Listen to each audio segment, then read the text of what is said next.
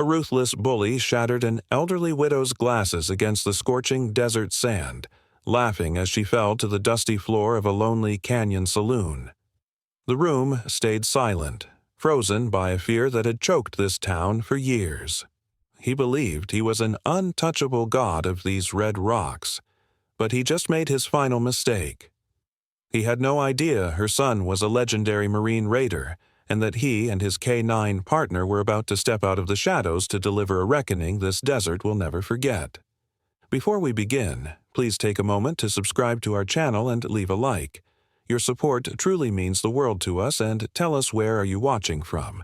Drop your city and country in the comments below. Thank you from the bottom of our hearts. In the heart of Ironwood Canyon, the air didn't just carry the heat, it carried the weight of 1,000 years of survival. Here, the sun was a relentless master, baking the earth until the soil cracked like old parchment, turning the jagged cliffs into a breathtaking landscape of burning ochre and deep, blood-red shadows. As high noon approached, the horizon shimmered with a brutal intensity, a dancing veil of dust and light that made the distant mesas look like floating islands in a sea of fire. In this unforgiving corner of Arizona, where the wind whispered through the sagebrush with a dry, raspy breath, water was not merely a resource. It was life itself. It was the liquid gold that ran through the veins of the valley, a precious bloodline that everyone craved but few truly understood. This was the world of Clara Sterling. A woman in her late 70s, Clara moved with a quiet, deliberate grace that seemed to defy the harshness of the desert. Her silver hair was pulled back into a practical knot, and behind her wire-rimmed spectacles, now shattered in the dust of the present moment, lay eyes the color of a cool mountain spring, filled with a wisdom that only decades of teaching and observing could bestow. She was the town's living memory, a retired schoolteacher who had spent her life guarding the only thing more valuable than water in Ironwood, its history. In a small, sun-bleached stone building that served as the community's library, she kept watch over hundreds of leather-bound journals. These weren't just books. They were the secret maps of the canyon's underground veins, the ancestral records of where the water hid when the rivers ran dry. For Clara, the desert was not a place of desolation, but a sanctuary of quiet strength. She had stayed here long after the mines had closed and the young had moved toward the neon lights of the cities. She stayed because she belonged to the rocks and the dust, just as her late husband, Thomas, had. Thomas had been a man of the earth, a hydrologist who saw the poetry in the way a desert bloom found a way to drink from the hidden moisture beneath the sand. Before he passed, he had entrusted Clara with the ultimate legacy, the Sterling Journals. These handwritten pages contained the exact coordinates of the deepest, purest aquifer in the region, the very water that a new wave of greedy developers now sought to exploit for their luxury desert retreats. Every afternoon, as the shadows began to stretch and crawl across the canyon floor, Clara made her way to the dusty boot saloon. It was a weathered sentinel of a building, its cedar siding silvered by decades of relentless sun and sandstorms. Inside, the air was mercifully cooler, smelling of old wood, beeswax, and the faint, sweet tang of sarsaparilla. The dusty boot was the heartbeat of Ironwood, a place where the creak of the floorboards told stories of outlaws and pioneers. Clara always sat in the same corner booth, the one where the afternoon light filtered through the stained glass transom, casting patterns of amber and ruby across the table. It was in this booth that she felt closest to Thomas. It was here they had shared countless conversations about the future of the canyon and the importance of protecting its fragile beauty. To anyone else, she was just an elderly widow sipping herbal tea, a fragile figure in a floral dress. But beneath that exterior was a soul forged in the fires of the desert. A woman who understood that true power didn't come from a loud voice or a heavy hand, but from a steadfast refusal to let the past be erased by the greed of the present. As she adjusted her knitted shawl against the slight draft of the saloon's overhead fans, Clara looked out the window at the parched landscape. She knew the storm was coming. Not a storm of rain, but a storm of men who saw the canyon as a line on a ledger rather than a home. Her son, Elias, had warned her. He had begged her to move to the city, to find safety in the anonymity of the crowds, but Clara had simply smiled, her heart anchored to the red rocks. She knew that Elias, with his Marine Raider training and his unyielding sense of duty, would always be her shield. She knew that no matter how far he traveled, the call of the canyon and the mother who guarded its secrets would always bring him home when the shadows grew too long. What she didn't know was that the reckoning would begin this very morning, under the roof of the place she called her second home. The peaceful hum of the Dusty Boot Saloon was abruptly severed by the heavy, rhythmic thud of work boots against the porch outside, a sound that carried the weight of an approaching storm. When the double doors swung open, they didn't just let in the scorching heat of the Arizona afternoon, they let in Vance. Known around Ironwood as the Hammer, Vance was a man whose very presence seemed to suck the oxygen out of a room. As the foreman of the local mining conglomerate, his frame was a monolithic slab of muscle and sun-scorched skin, draped in a grease-stained canvas coat that smelled of diesel and cold ambition. He didn't just walk into the saloon, he occupied it, his small, restless eyes scanning the patrons like a predator marking his territory. The chatter in the bar died instantly. Men who had spent their lives taming wild horses and digging through rock suddenly found great interest in the bottom of their glasses. Vance's reputation preceded him, a man who believed that anything in the way of progress was merely a nuisance to be crushed. He moved toward Clara's corner booth, each step vibrating through the floorboards, a jarring contrast to the quiet dignity Clara had maintained just moments before.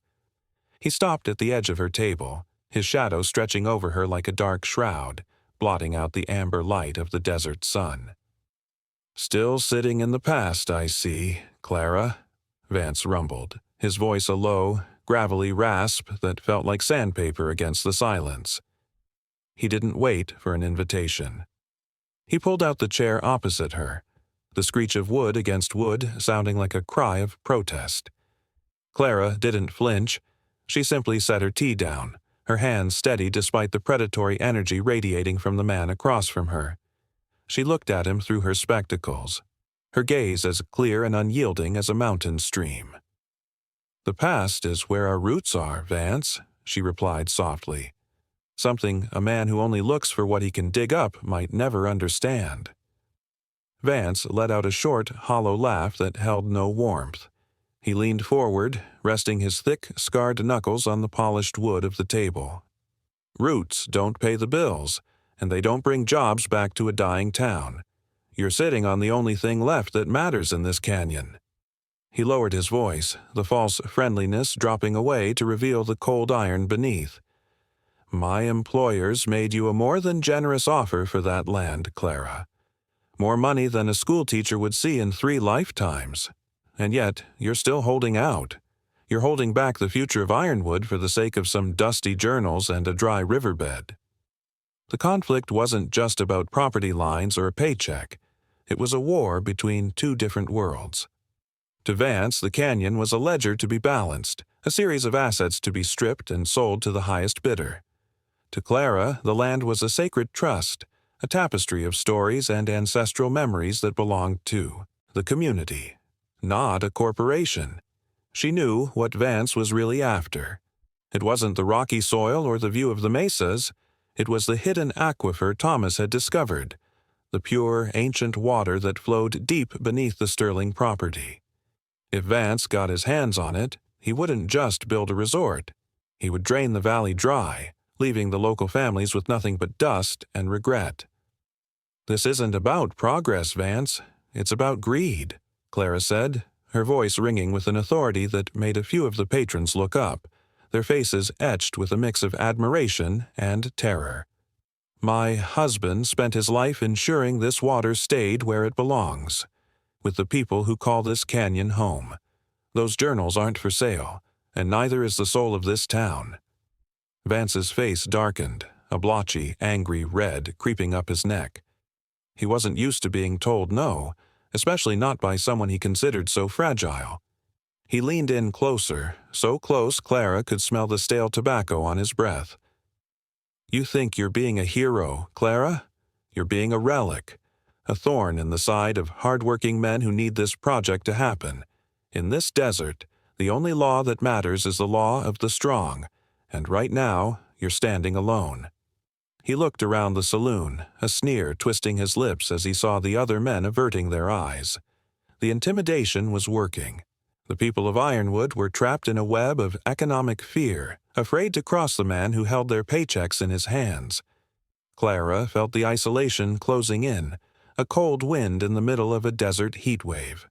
She realized then that this wasn't just a business meeting. It was an ultimatum. Vance wasn't looking for a deal. He was looking for a surrender. But as she thought of Elias and the resilience she had spent a lifetime building, she knew that the hammer was about to find out that even the hardest rock can be worn away by a steady, unwavering stream. The air inside the Dusty Boots saloon, once filled with the comforting hum of local gossip and the clinking of glasses, suddenly grew heavy and suffocating. Vance's face was no longer just a mask of frustration. It had transformed into a map of raw, unchecked rage. To him, Clara Sterling was no longer a person. She was a nuisance, a relic of an old world standing between him and a mountain of gold. His heavy breathing was the only sound in the room, a rhythmic, predatory rasp that signaled the death of reason. Clara stood her ground, her small frame silhouetted against the harsh Arizona sunlight pouring through the window. She held her ground with a quiet, unshakable dignity that seemed to infuriate Vance more than any insult ever could. But for a man like the Hammer, who defined power by the weight of his fist, her calm was an insult he couldn't tolerate. With a sudden, violent motion that seemed to happen in slow motion, Vance lunged forward. He didn't just shove her, he struck out with a brutal, clumsy force. Clara gasped as his heavy hand caught her shoulder, sending her reeling backward. Her heel caught on the edge of the worn floorboards, and the world tilted. The sound that followed was sharp, ugly, and final. First, there was the hollow thud of her body hitting the hard, dusty floor. Then came the clink of her wire-rimmed spectacles as they flew from her face, the glass spiderwebbing against the wood. And finally, the shattering of her ceramic teacup, a delicate, hand-painted piece from her husband, as it exploded into 100 white shards, the amber liquid staining the floor like a spreading wound. In that moment, Vance didn't see a woman in her late 70s struggling to find her breath. He saw his victory. He stood over her, his chest heaving, a cruel, triumphant sneer twisting his lips. He had broken her silence. He had shattered her sanctuary. But as the echoes of the breaking ceramic died away, a sound far more terrible took its place, the sound of silence. A thick, heavy, and cowardly silence oozed from the shadows of the saloon. It was a silence that felt like a parasite, sucking the very oxygen of compassion out of the room. The men sitting at the bar, rugged men who prided themselves on their strength, fathers who told their children to stand up for what's right, suddenly became statues of dust. They stared into their glasses, their knuckles white, their gazes fixed on anything but the elderly woman lying on the floor. Psychologists call this the bystander effect, a dark phenomenon where the more people are present, the less likely any one of them is to help. In the Dusty Boots saloon, this was the diffusion of responsibility in its most toxic form. Each man waited for his neighbor to move. Each man told himself it wasn't his fight. They were trapped in a cage of fear, a psychological paralysis born from years of Vance's intimidation and the corrupt influence of the marshal. This was the echo of cowardly silence. When Vance wrung his arm, he didn't just strike Clara, he struck at the very honor of every man in that room. By choosing to stay seated, they were letting justice be trampled under Vance's mud-caked boots. They chose the safety of their silence over the risk of their integrity. In that moment, the Dusty Boot wasn't a haven for the community. It was a theater of shame. Vance let out a short, barking laugh, the sound echoing off the high cedar rafters. "See that?" he roared, his voice dripping with a sickening arrogance. "That's what happens when you try to stand in the way of a man who actually does work for this town. You're nothing but a pile of old bones and broken glass now, Clara." He leaned over her, his grease-stained coat casting a dark shadow over her face. "You're lucky I don't just kick you out of this canyon right now. Consider this a final warning. Next time, I won't be so gentle." Clara lay there, her hand trembling as she reached for her broken glasses. She felt a profound sense of isolation, a coldness that had nothing to do with the temperature of the room. She looked up at the faces of the men she had known for years, men whose children she had taught, men she had comforted at funerals, and she saw only averted eyes. She was alone. She was humiliated, and to Vance, she was defeated. He believed that by breaking her glasses, he had blinded her to her own strength. He believed that by knocking her down, he had buried the Sterling legacy in the dirt. He stood there like a conqueror, puffed out and proud, oblivious to the fact that he had just committed the ultimate sin.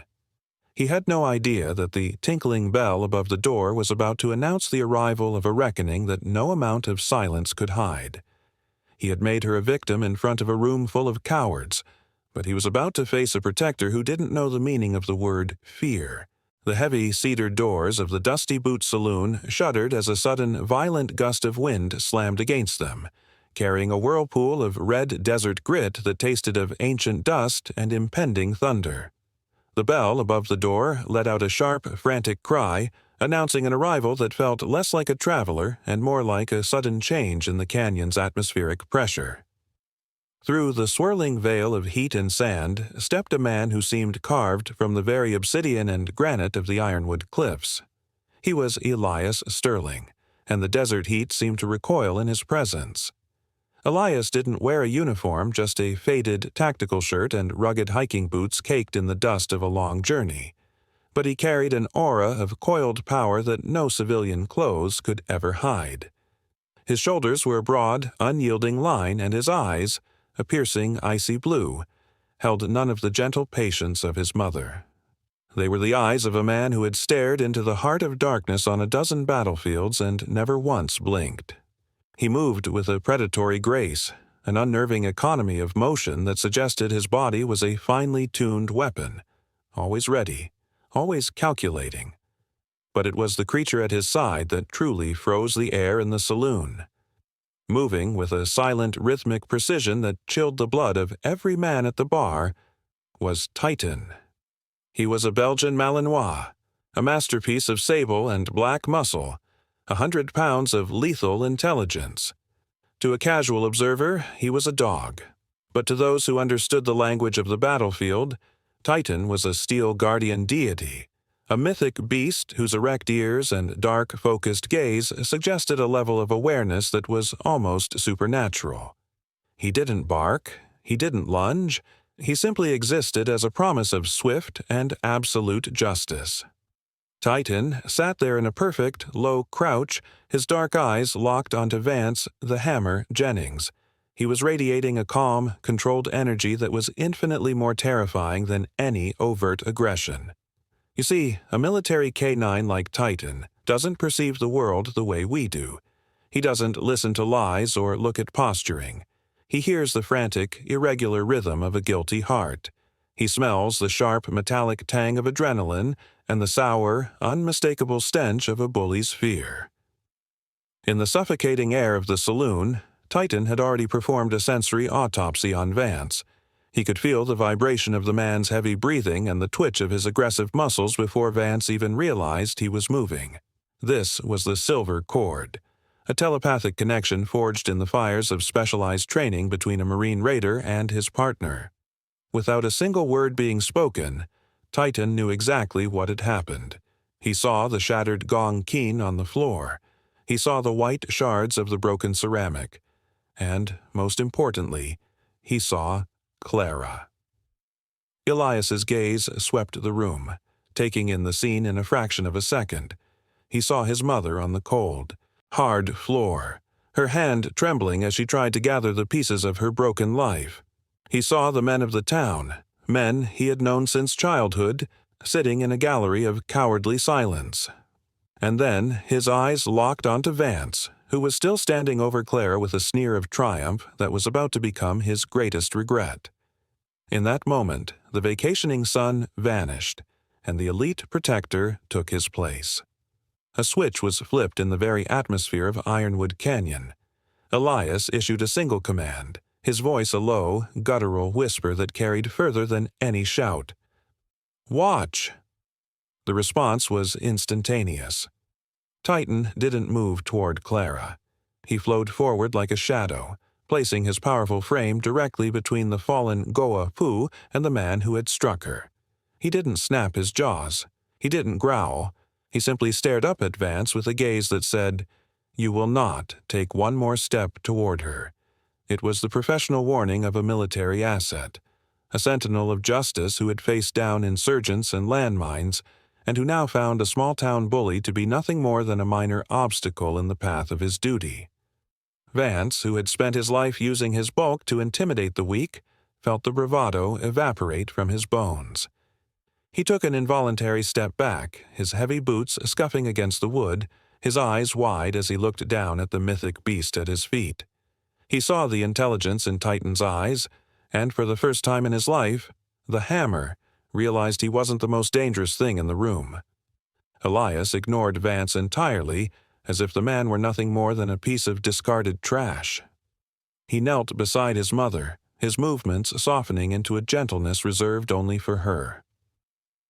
"Mom," he said, his voice a low murmur that cut through the silence. "I'm here. Everything is going to be all right now." As he helped her to her feet, his eyes never left the red mark on her cheek, and something cold and permanent settled into his soul.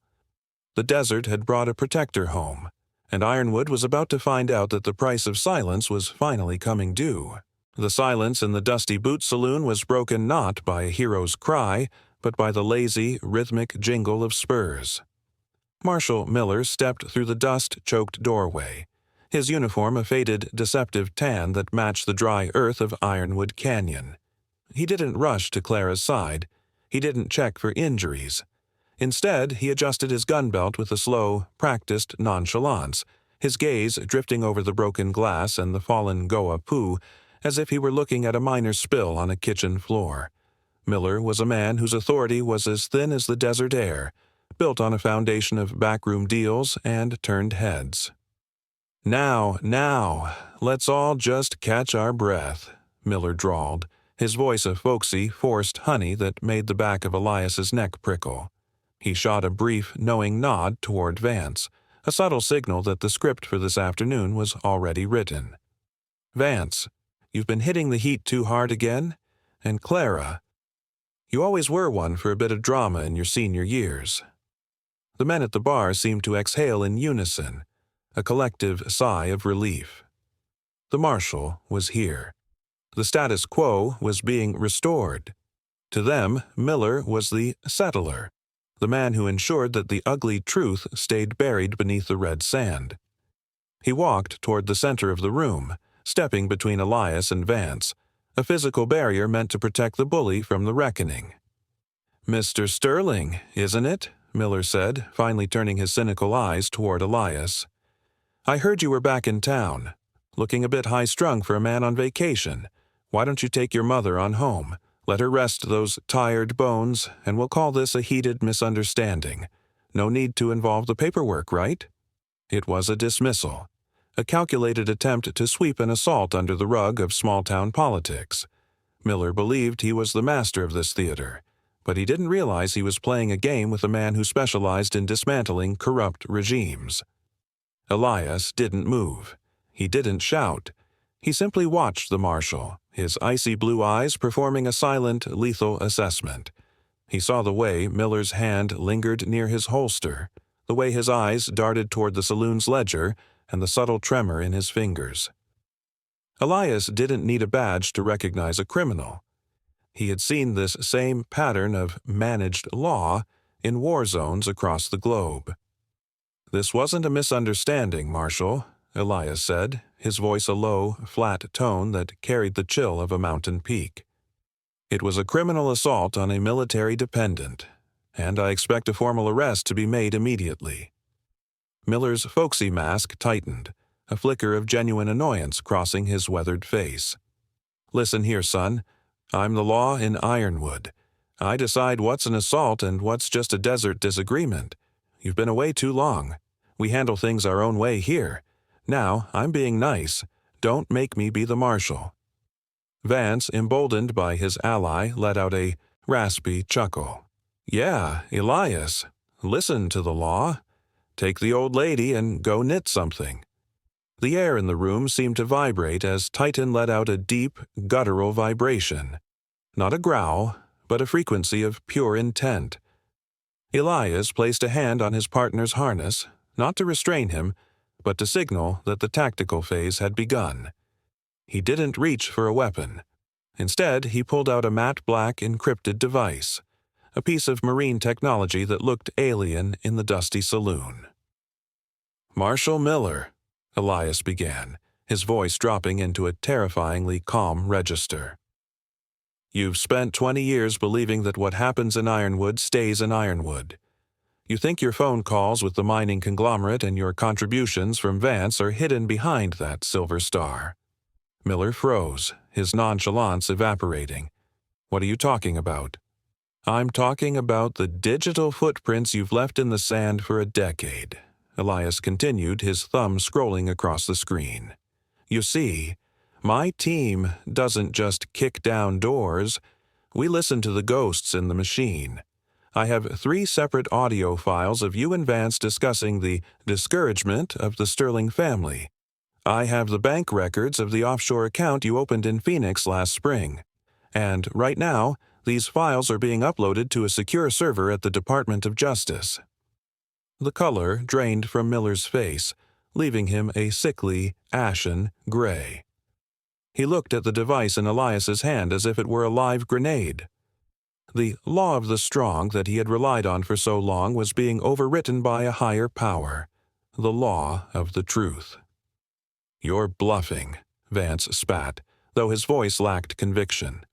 Elias didn't even look at him. He kept his gaze locked on Miller. "I'm not a man who bluffs, Marshal. I'm a man who provides solutions. And right now, the only solution for you is to step aside, because in exactly 10 minutes, Ironwood is going to experience a very different kind of authority. One that doesn't take bribes, and one that doesn't care about your spurs." The power dynamic in the saloon shifted with the physical weight. The men at the bar shifted in their seats, sensing that the mountain was about to move. Miller's hand dropped from his belt, his posture slumping as the reality of his exposure settled in. The hunter had become the prey, and the quiet Marine raider had just turned the dusty saloon into a forward operating base for justice. The storm wasn't coming anymore. It was already here. The 10 minutes Elias Sterling had promised did not expire with a whisper, but with a roar that seemed to shake the very foundations of the Ironwood Hem Nui. The heavy, oppressive silence of the dusty boot saloon was suddenly torn apart by a rhythmic, thrumming pulse that vibrated through the floorboards and rattled the glasses on the bar. It was the sound of air being scoured by high-performance blades, the unmistakable thunder of federal helicopters descending from the scorching Arizona sky. Outside, the horizon was no longer a shimmering line of heat. It was a storm of dust and dark machinery. 3 black Suburbans, devoid of any markings but radiating an aura of absolute authority, skidded to a halt in front of the saloon, their tires kicking up clouds of red grit that engulfed the porch. From the sky, 2 tactical helicopters hovered low, their downdraft whipping the sagebrush into a frenzy and drowning out the world with a mechanical scream. This was Operation Clean Slate. For years, the federal government had been monitoring the suspicious land acquisitions and the strange disappearances of water rights in this region, but they had lacked the final smoking gun. Elias Sterling had just provided them with a nuclear arsenal of evidence. The double doors of the saloon burst open, and this time, it wasn't a local bully stepping through. It was a team of federal agents in tactical gear, their faces grim and their purpose undeniable. Leading them was a woman with sharp, obsidian eyes and a demeanor that made Marshall Miller's folksy charm look like a cheap magic trick. She didn't look at the patrons. She looked straight at the man with the silver star. "Marshall Miller," she announced, her voice cutting through the fading roar of the helicopters like a blade. "I am Special Agent Sarah Vance, no relation to the criminal standing behind you, and I have a federal warrant for your arrest. You are being charged with conspiracy, racketeering, and the systematic obstruction of justice." Miller's hand went instinctively toward his sidearm, but he froze before his fingers could even graze the leather. He looked into the icy blue eyes of Elias Sterling, who was still standing by his mother, and then he looked at the red dot of a laser sight dancing across his own chest. The law of the strong he had wielded for 20 years had just been overwritten by a power he couldn't bribe or intimidate. He slowly raised his hands, his silver star glinting one last time in the dim light before an agent stripped it from his chest and replaced it with a pair of cold steel handcuffs. The jingling of his spurs, once a sound of arrogance, now sounded like the funeral dirge of his career. But the true reckoning was reserved for Vance, the Hammer, Jennings. As the agents swarmed the room, Vance tried to blend into the shadows near the back exit, his face a mask of sweating, desperate panic. He had spent his life believing that muscle and noise were the only currencies that mattered. He had thought that by shattering a Goafu's glasses, he had secured his future. He was wrong.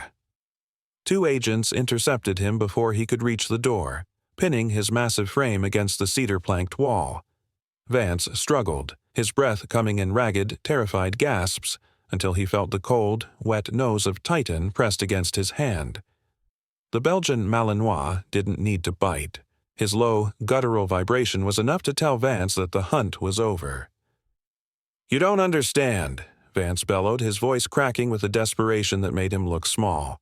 "That water, it's worth millions. The Sterling woman is sitting on a gold mine. I was just doing what was necessary for the town." Elias stepped forward, his boots crunching on the shards of the broken ceramic teacup. He picked up one of the journals that Vance had tried so hard to steal, a handwritten book filled with his father's meticulous notes on the canyon's hidden aquifers. "You called this city money and progress, Vance," Elias said, his voice as hard as the desert floor. "But to my father, this wasn't an asset. It was a sacred trust. You tried to steal the lifeblood of this community to fill your own pockets. You thought you could take the sacred water by force, but all you've done is ensure you'll never see the sun over this Hemnui again." Vance looked down at the journals, then at the agents, and finally at Clara, who was now standing tall, her silver hair catching the light. The realization hit him like a physical blow. He hadn't just lost a business deal. He had lost his freedom, his reputation, and his soul. He had tried to break a woman he thought was weak, only to realize he had picked a fight with a legacy that was older and deeper than any mine he had ever managed. As Vance was led out of the saloon in chains, he stumbled past the very spot where he had knocked Clara down. He looked at the broken glass of her spectacles, glittering like tiny diamonds in the dust, and for a fleeting second, the hammer looked broken. The federal presence had scoured Ironwood Canyon of its vipers in less than 30 minutes. Outside, the townspeople began to emerge from their homes and shops, watching in stunned silence as the black vehicles prepared to depart. The climate of fear that had choked Ironwood was beginning to evaporate, replaced by a fragile, flickering hope. Elias watched the helicopters climb back into the clouds, their roar fading into a distant hum. The mission was accomplished. The Ban Thao Sak had been written, and for the first time in a generation, the lifeblood of the Hemnui was safe. But the most important part of the journey, the healing, was only just beginning. As the federal agents began to clear the room, leading the disgraced Marshall Miller toward a waiting vehicle, Elias Sterling signaled for them to wait. He walked slowly toward Vance, who was slumped against the cedar wall, his massive shoulders shaking with a mixture of rage and terror. The man who had been the Hammer of Ironwood Canyon now looked like nothing more than a broken relic of a cruel era. Elias stopped just a few feet away, the dust from the helicopters still swirling in the air around them like the ghosts of 1,000 unsettled deaths. "You spent so much time digging into my mother's land, Vance," Elias said, his voice a low, steady hum that commanded the attention of everyone still in the saloon. "But you never bothered to dig into the man she raised. You thought I was just a vacationer. You thought my uniform was just a paycheck. You were wrong." Vance looked up, a bitter sneer still struggling to survive on his face. "So you're a hero, Elias. Big deal. You and your federal friends won. Just take me in and get it over with." Elias knelt so he was eye level with the man. "I'm not here to be a hero, Vance. I'm here to tell you a story. About 5 years ago, in a valley far harsher and more unforgiving than this one, I led a team into an ambush. One of my young sergeants was pinned down behind a burning vehicle. He was wounded, bleeding out, and the rest of the squad was being pushed back. I went back for him. I carried him 3 miles through enemy fire because I promised his mother I'd bring him home." Elias paused, letting the silence of the saloon amplify the weight of his words. "That young man's name was Jacob, Sergeant Jacob Jennings. Your son, Vance." The effect was instantaneous. The sneer on Vance's face didn't just fade, it disintegrated.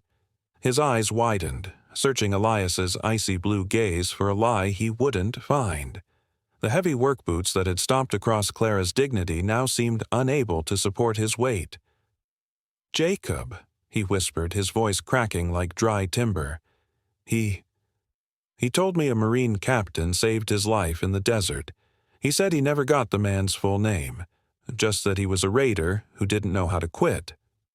"I saw the photo of you on his bunk, Vance," Elias continued, his voice softening but remaining firm. "You looked younger then. Prouder. He talked about you every night. He said his father was a man who built things, a man who respected the earth. He looked up to you. He wanted to be just like you." Vance's head fell forward, his forehead pressing against the rough cedar planks. A low, broken sob escaped his chest, a sound of pure, unadulterated shame. The irony was a physical blow. He had spent weeks trying to destroy the mother of the man who had saved his own child's life. He had tried to steal the water from a woman whose son had ensured the Jennings name would continue. As Elias stood up, he felt his mother's hand on his shoulder. Clara was standing.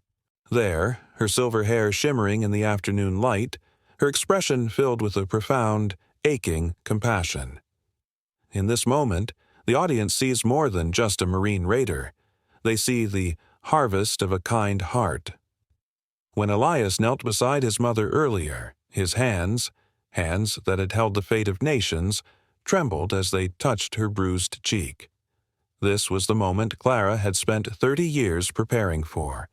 Every night spent knitting by the fire, every lesson on integrity she taught in that small schoolhouse, and every prayer she whispered into the desert wind had been a seed planted in the fertile soil of her son's soul. This is the true bounty of a mother's love. Those long nights of worry when Elias was deployed, the steadfast refusal to let him grow hard or cynical, and the quiet grace she modeled even in the face of Vance's cruelty. It all came back to protect her today. We often think of parents as the walls that protect their children, but we forget that if those walls are built with the mortar of true virtue, they become a fortress that guards the parents when they grow old and fragile. Elias didn't protect Clara because it was his military duty. He protected her because she was the source of everything good in him. His eyes held not just a son's love, but a warrior's reverence for the woman who taught him that a man's strength isn't measured by how many people he can knock down, but by how many people he can lift up. Vance looked at Clara, his face wet with tears of genuine repentance. "I didn't know," he choked out. "Clara, I'm so sorry. I've been a fool, a monster. I thought power was about taking what you wanted. But your son, he showed me what real power looks like. It wasn't a full redemption. Not yet. There were still trials to face and a town to rebuild. But it was a start. It was an acknowledgement that even in the heart of a bully, there is a place that can be reached by the light of the truth. Elias watched as the agents led Vance away, not with a conqueror's pride, but with the quiet satisfaction of a mission accomplished. He realized that the greatest victory wasn't the arrests or the federal warrants. It was the moment a man finally saw the reflection of his own cruelty and chose to turn away from the darkness. As the sun began to dip toward the red mesas, casting long golden fingers across the Hem Nui, the air in Ironwood finally felt clean again. The storm had passed, and the harvest of Clara Sterling's kindness was finally, beautifully, complete. As the Arizona sun finally dipped below the jagged mesas, a cool, velvet twilight descended upon Ironwood Canyon. The harsh dust of the day's conflict settled, replaced by the scent of rain-starved earth finally at peace. On the porch of the Sterling Ranch, Clara sat in her favorite rocking chair, her silver hair catching the rising moon. Beside her, Elias sat in quiet contemplation, his hand resting on Titan, the silent guardian who had helped restore justice to this valley. People often call it luck when a hero arrives at just the right moment, but Elias represents the archetype of the guardian, a man who prepares for a darkness he hopes never comes. This readiness isn't an accident. It's a sacred choice to stay sharp for those who cannot fight for themselves. A true protector is forged through years of sacrifice, a living promise that our families are never truly alone. If this story of courage touched your heart, please help us spread this light. Share this video and subscribe for more stories that honor integrity and uplift the spirit. May God give you the strength to be a shield for those in need. If you believe light will always scatter the darkness, please write Amen in the comments below. Thank you for being part of our community. Be safe and be well.